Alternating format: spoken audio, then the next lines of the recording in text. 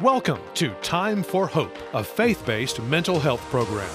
Join our host, certified clinical mental health counselor and Christian psychotherapist Dr. Freda Crews, and her guests as they discuss real-life issues and offer expert clinical advice and solid biblical application for any and all life situations.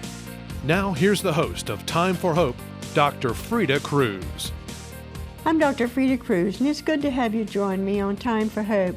I am again being joined for the second and concluding week by psychologist and author Dr. Douglas Weiss as we close out our discussion of his book titled Married and Alone. As Dr. Weiss and I interact related to this issue, you will learn that there is hope for such marriages if both spouses will dedicate themselves to doing what it will take to make the necessary changes. Sadly, this is not always the case, and Dr. Weiss provides other directions that can be taken by an unloved and lonely spouse, relying on God to guide and strengthen them. For more, stay with us. And Doug, we went out last week talking about sexual addiction, and you and I both know that problem, especially porn, is robbing a lot of marriages of the intimacy that could be in their marriages. Absolutely. Sexual addiction is probably one of the largest addictions in the Church of Jesus Christ globally. And so we know that is a huge problem. We got lots of materials for people who are struggling with that. And that's one of the factors of someone who struggles with intimacy anorexia, is they're attached to another world. And so attaching to a real being, and actually a being that has needs and talks back to them and doesn't think they're wonderful all the time, is definitely frustrating for the intimacy anorexic. Yes, and I also can see them, I would think, trying to make their spouse into what they're... Sure, an object. An object as to what they're viewing on an object porn. That has no voice, an object that has no needs, an object that is there just to serve. And oftentimes women that are married to intimacy anorexics feel those very things, like they're not seen, they're not heard, they're not known. Not touched, and you kept bringing that out. They're not touched, unwanted, rejected. Women have that need to be touched, to be told they're loved. Sure, men do too. Because a woman could be anorexic and starving a guy out. He's a really good guy, but he's not being touched. He's not being told he's handsome. He's not being told good job. He's left alone while she volunteers and does all this stuff, but leaves him disconnected. So this goes back and forth. This is not a male issue. This is a female-male issue. Because there's a lot of guys living alone too who want to be loved and want to be connected and want their wives to want them. You know, they haven't been told they've been wanted in 25 years, okay? They're oftentimes living with an intimacy anorexic woman. And so married alone can be either gender, man or woman. Really and so the guy who's alone feels very alone. And the woman who feels alone feels very alone as well. But this is both sides. You know, we wrote the book for either gender to be able to read, because there's quotes from men and quotes from women who've been begging to be loved and begging to be wanted, begging to have sex, and their spouse just giving them the stiff arm. And so it's not a gender issue. It is an issue, but it's not related to gender. Is it more often, though, the man? No. No?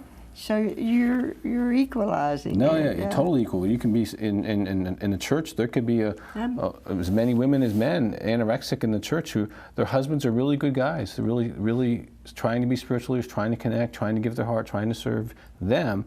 And they keep pushing them away and pushing them away and pushing them away and blaming them for why they don't love and blaming them for why they don't have sex and blaming for them why they don't have time for them. And it's crazy making stuff. How often do you find that this leads to affairs by one or the other? Well, oftentimes the intimacy anorexics tend to marry people who are really good-hearted. And so what happens is that good-hearted person starves for decades oftentimes. And really what happens is that person will be faced more with the dilemma, do I divorce you or do I live, than do I cheat on you? And so the married and alone person feels trapped inside of a marriage. And oftentimes because of their faith. Most people looking here, they're Christians and you feel trapped because it's not the right thing to do, right? And so the anorexic spouse knows that, and it's kind of like they use your relationship with Jesus against you. And it feels awful. I mean, the way my clients explain it to me, it just feels awful. Yeah. Well, let's look at some of the characteristics of intimacy anorexia. the one that is the anorexic themselves. Sure. Well, the anorexic keeps themselves so busy, they've got no time for you. You probably don't go on dates, you're probably not celebrated. They blame you for the problems. Okay, they withhold love, especially the way you like to be loved. So if you like gifts, they don't buy you anything. If you like time, they don't give it to you. Okay, and it's intentional. They withhold praise, they withhold sex, they're unable or unwilling to share their feelings. They use anger and criticism as a way to control in the relationship. Sometimes they control with money, but characteristically, you feel like a roommate. If you're watching this show right now and you feel like a roommate, you feel alone inside your marriage, you're probably married to an anorexic. Like, as a counselor, that's one of the things, well, do you feel like a roommate? Yes, oh my gosh, Dr. Weiss, for years I feel like a roommate. That's a real good indication you probably need to get more information on anorexia. Some of the spouses of these anorexics find ways to fill up the loneliness. Sure. And sometimes it turns out good for them if they choose to stay in the marriage, which we're going to be talking about. Pain needs medicine. Pain needs medicine. And they can medicine. self-medicate. They can self-medicate through television. The spouse, in the book we talk about their self-esteem, but also weight gain. A lot of people who are married to anorexics tend to gain weight because they're getting their nurturing through food, you know. And so there are consequences of being withheld from. And that person has to do it. They can also be philanthropics, getting involved in good things. Ministry, and, they could be doing work, they could be volunteering. You know, when you're an unloved, home is where you don't want to be. You know what I'm saying? So they find reasons not to be home because being home is pain. And they'll look for this love in other places, yes. even in ministry, as you brought out, or helping with, what is it, Meals on Wheels? Something, some way of giving. Some way of giving and getting affirmation. And sometimes it turns just to their children. Yes, too. Sometimes it does. Because when the anorexic puts this person in pain, like if we were married and I'm saying, I don't want you, I reject you, even though you're beautiful, intelligent, and godly, like so many of the women who fly into our offices in Colorado Springs, they're great women and great men. And they got this spouse who won't love them. Okay. And you can't make somebody. You can't make somebody love you. That is something that everyone needs to come to see and understand in this kind of marriage. Now, can they get tools to love you better? Yes. Win love. You cannot make someone. And money can't buy you love, right? Nothing. Right. Yeah. You can't make someone love you. But there are people who are broken who, when you give them a set of tools that we talk about that they can get, they can actually use those tools and begin to expand their lovability to their spouse. And that's what we're talking about. There is hope for anyone, no matter what the cause. I've seen them heal because it's a known process. It's a known problem. It's a known process of healing. Do you know what I'm saying? And so someone can walk out of that if they want to. They don't have to stay anorexic, okay? But if they do stay anorexic and you've tried to get them help, then as the spouse, you're married alone, then you got to decide what you want to do because you have someone who willfully won't love you. Okay, it's not that they're broken. It's that they're broken, they have the tools, but they will not love you. And when you're in that spot, that's a hard spot as a Christian woman or as a Christian man. There's nothing you can do. Whatever. You know, I'm so thankful we have learned a lot about the brain with these kinds of things and the neuroplasticity of the brain. We're knowing and learning that the brain can be retrained. Oh, absolutely. It must come into what you do absolutely, because attachment can be learned. You can unlearn and you can relearn, you can retrain your brain. Things do not have to stay the way they are. Change is always a potential. And it's not just the neuroplasticity of the brain, it is Jesus Christ himself. He loves to see us be loved. He loves to see us give love. When we give love, we're like his favorite children on planet Earth. But I'm behind, when I think of that change and having that in the brain, the Lord uses that. Absolutely. When you think of conversion, how do we become new creations in Christ Jesus? Because of the way he made the brain that we've only known a short time. Right. If you've been taught how to be unloving in your family of origin, you can learn how to be loving brain in your marriage. Yes. You can learn it, and you can become incredible at it. And God is the author of whatever goes on in the brain that enables us and empowers us to do that. Also, the Holy Spirit also works through the brain and the mental and the psychological. They're both love. When you have the Holy Spirit in you, and you have love to give to your spouse, and you're holding that back from them, it messes you up. And that's not the way God wants us to live. He wants us to live in a way that I have love to give to you, and it's endless. And I will give it to you to the day one of us dies, because I'm committed to love you. And that's the heart of God. All right, let's move on to what it's like to be married to an intimacy anorexic. Yeah, it's not fun. You're probably going to have lower self-esteem. Pain is the first word. Pain is going to hurt. It's going to hurt. Now you're going to try and try. It's a painful situation. Yeah, and you're going to probably go through some way of trying to be loved. Do more of this, less of that, change that, clean this. You're going to try. And then somewhere between 8 and 10 years, you're going to start giving up. Because no matter what you do, you're not loved. Then the depression comes in, and the sadness comes in. And then the medication on how you medicate. You know, you can create your own addiction to medicate your aloneness in this marriage. And it's very sad when that occurs. It's amazing. Some things are very good that people turn to self-medicate with. Sure. It's not always an addiction or alcohol or drugs or they can just get in shape porn, or be a triathlete or, you know, do something fun and creative in their community. Absolutely. Scout leader. Absolutely. Whatever. But there is the danger of losing oneself. You know, in teaching, I have taught that we can give ourselves up to another person. We can allow them to take our true identity from us. When we lose our self-esteem, we either have given it away or it has been taken from us. And I would say this kind of marriage could easily rob one of their self-esteem and their self-identity. It can rob you because you're not getting the oil of being loved and being encouraged and being shared with. You know, we all need that. And that invigorates us. And over time, it's like a dry sponge inside your heart, and it gets drier and drier and drier to the place where you no longer expect to be loved.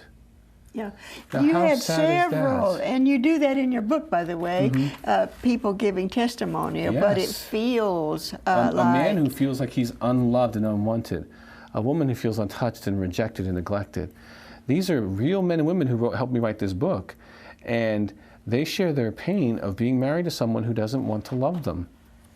You know, and that's married and alone. Yeah, they've done a really, the ones you chose to put in here have done a really good job of expressing what it's like to be the spouse of an intimacy anorexic.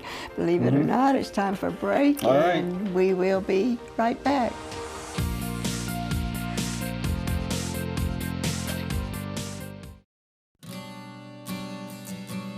Can you have the marriage you've always dreamed about? In spite of the many divorces and bad marriages, let's celebrate with the couples who do enjoy good and meaningful marriages. Some of these marriages might have been good from the beginning, while others could be the result of two people intentionally committing themselves to building the marriage of their dreams. Do I hear you saying, it may be true for some, but my marriage is everything but the way I dreamed it would be. I find myself feeling all alone in my marriage. If this is true, let's first explore your perspective related to marriage, because unrealistic expectations about love and marriage could be the very thing which has robbed you of the kind of marriage you have always wanted. If a good and meaningful marriage means a perfect marriage, then you will end up disillusioned, because however good some marriages are, there has never been a perfect one. Very often, and sometimes unconsciously, we conjure up images of the way things are supposed to be, and when they prove otherwise, we can suffer great pain. My challenge to you is to get in touch with reality. Perhaps the pressure of trying to force your marriage into some kind of preconceived mold needs to be taken off of it. Instead of the way you wish things were, accept that for now they are the way they are. Then take an honest look at your attitude and behavior towards your spouse and your marriage and focus on the changes you can make rather than trying to change your spouse.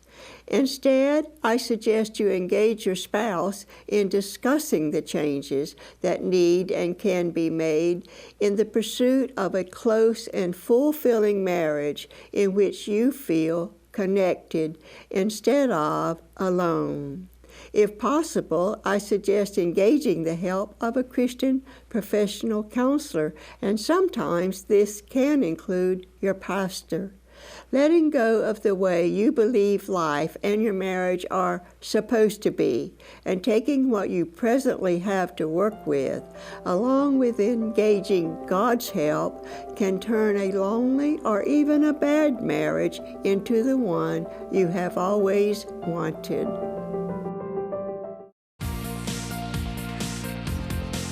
Thanks for staying with us on Time for Hope.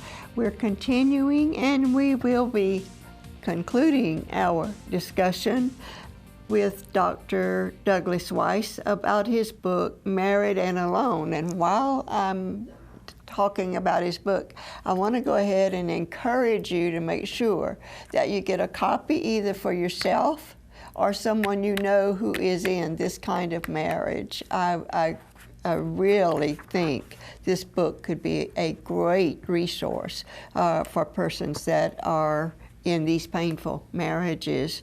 And Doug, I want to thank you ahead of time because we'll go out real rapidly before this is over again, for coming all the way from Colorado Springs to be with us and to share with us about being married and alone. But I want to you define marriage in your book, and I put some things together defining marital love, and I would like to say it this way.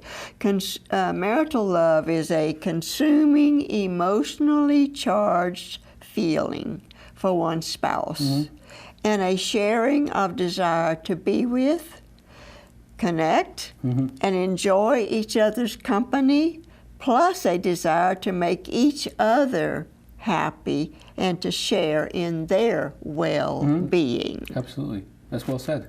You should write a book. I would if I could get time.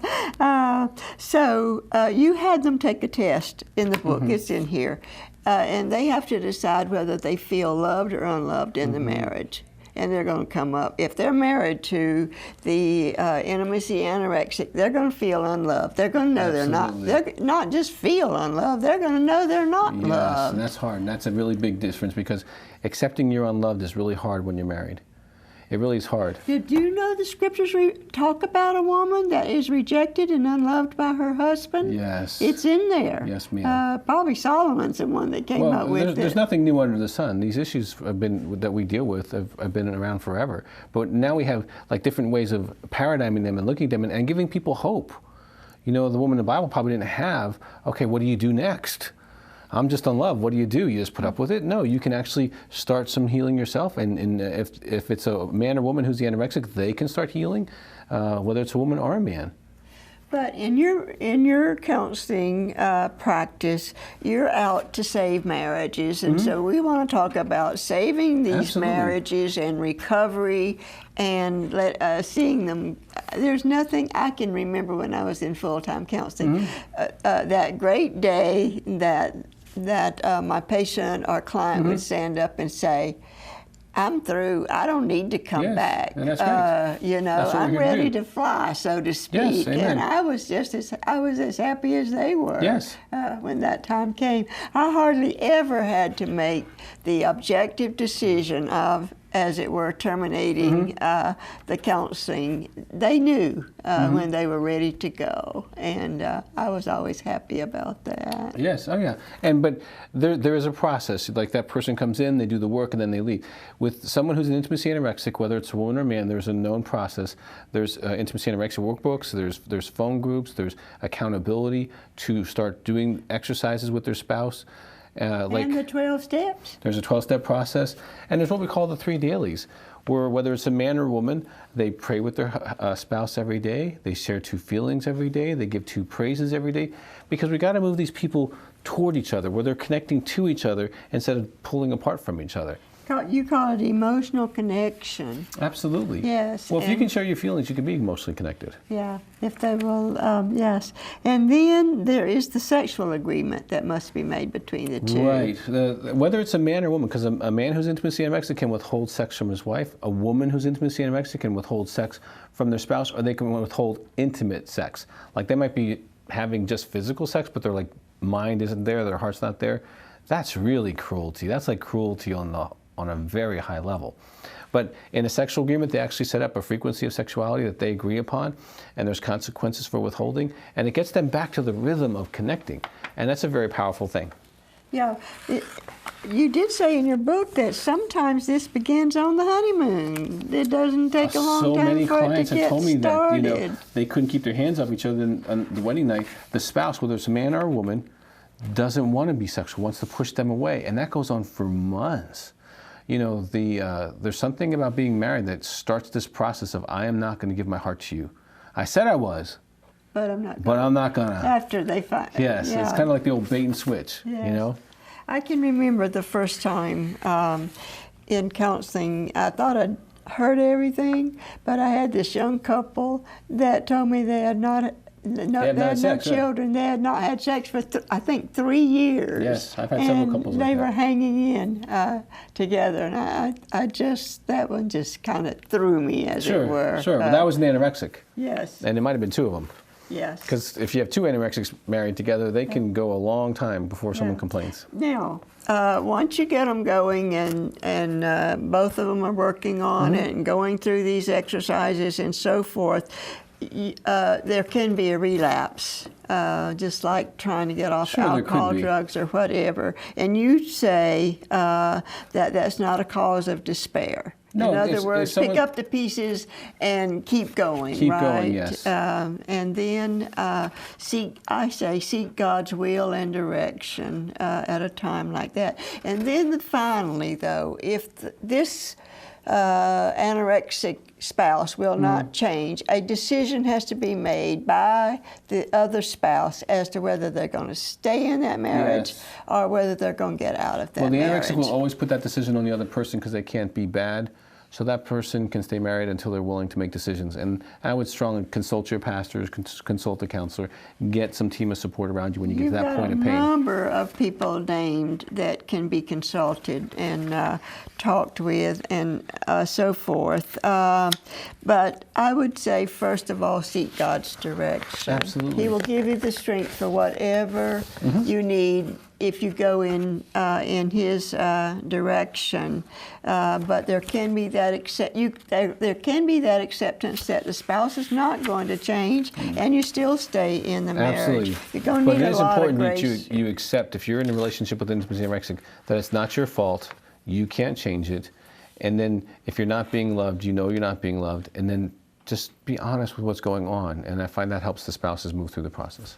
And I say, as we go out, rely on God's strength and direction if one makes that decision. Absolutely. They're going to need His strength and direction, either decision they make. Yes, ma'am. And surrender it all to Him by faith. He's going to take care of us. He's good to us. Yes, He's good to us, and He's going to take care of a spouse that has to make a painful decision. And very often children will be involved in these decisions. Everyone's that have impacted to be. when you're in the situation. Yes, when you're in a situation. So again, thank you for coming. Oh, you're welcome. This has been fun. And I have some final things to share with my viewers.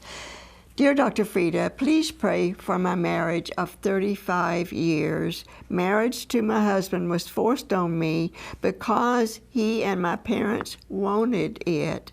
I felt I had no choice. I am sad and long for connection and closeness.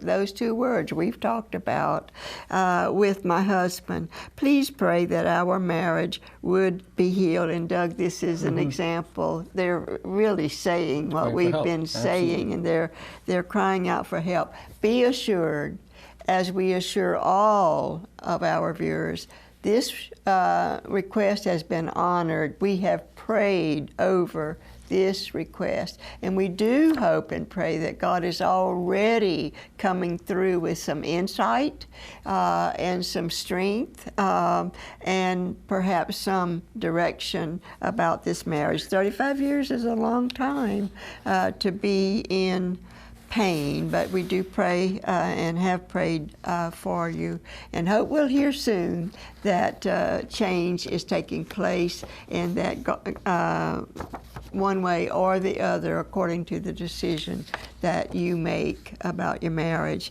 And then I have an encouraging note. Dear Dr. Freda, I saw Time for Hope recently for the first time. We always like to hear that we have our first-time viewers. I think you do a great job as the host. Thank you for that.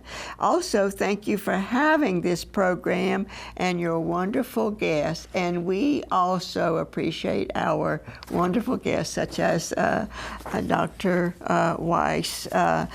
They give their time coming to be on Time for Hope. We have one coming up next time that will be coming all the way from Washington State. They come from distances, and it takes time and energy. I know, I've traveled enough to know that, and we do greatly appreciate our guests. Also, pray for our staff. I have a great staff here helping us with this program, and God provides for it.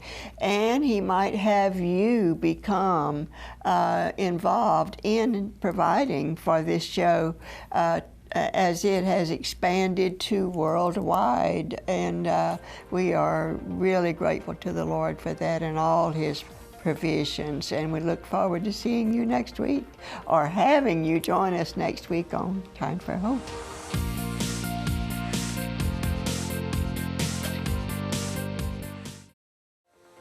A free fact sheet that contains additional information about today's topic is available upon request from our ministry. You can also receive a copy of today's resource for a contribution of any amount to the Time for Hope ministry. Call us at 800-669-9133. Write us at Post Office Box 2169, Spartanburg, South Carolina 29304. Or visit our website at timeforhope.org. When you call or write, prayerfully consider a donation to our ministry.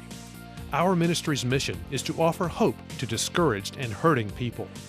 As we continue to give out messages of hope, a financial gift of any amount to support this ministry will be greatly appreciated. When you do this, you are joining us in offering hope to many viewers seeking help and hope for their situation.